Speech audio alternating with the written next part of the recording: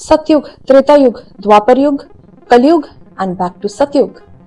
In Indian thought, time doesn't march forward, it circles through yugs.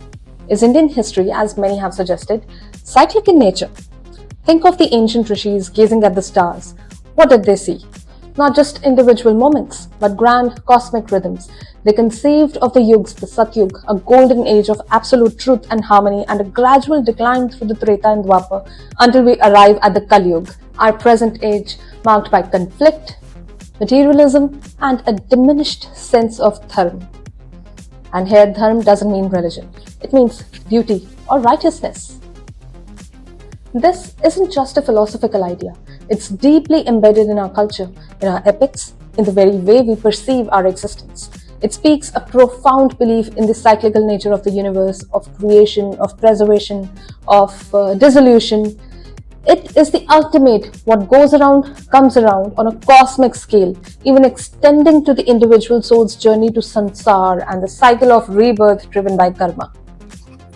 So does it mean that our history just repeats itself like a broken record?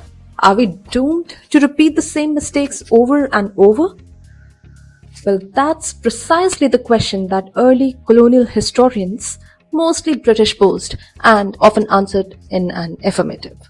They looked at India's rich tapestry of philosophical thought and saw only a society seemingly obsessed with cyclical time, lacking the linear progression they associated with the modern world. This is where our story takes a turn. A pivot to the powerful critiques of historians like Romila Thapar. She has tirelessly challenged this very notion, this ahistorical label that was slapped onto India's past. Imagine a British administrator in the 19th century sifting through ancient Indian texts is looking for what he defines as history, a strict chronological narrative, a clear progression of events leading to a present he can understand. When he finds Purans filled with genealogies of kings, but also interwoven with myths and cosmic cycles, he concludes, aha, they don't have a real sense of history, not like us. This became a convenient narrative.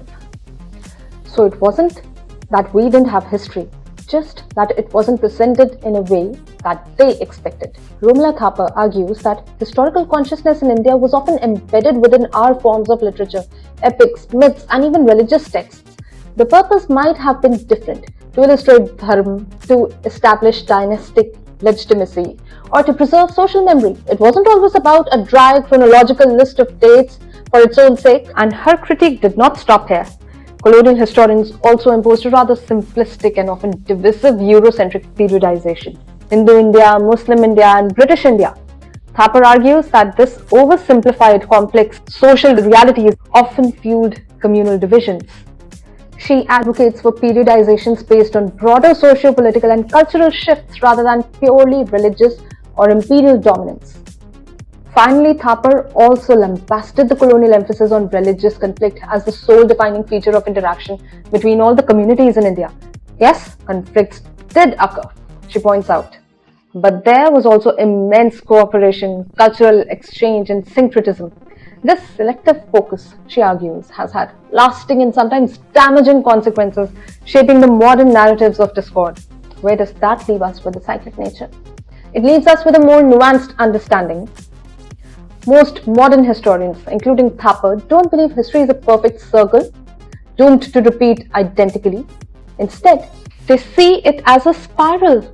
Certain themes, certain patterns, the rise and fall of empires, periods of centralization and decentralization, cultural efflorescence and subsequent reform movements.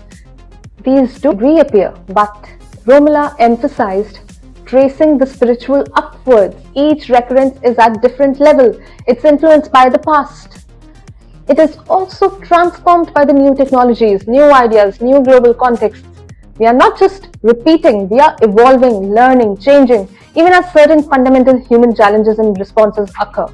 The story of Indian history was far more complex and captivating than any simplistic loop.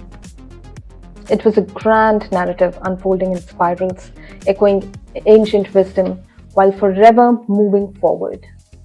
And thanks to Romila Thapar and many such historians who critiqued colonial historiography that shaped the present narratives.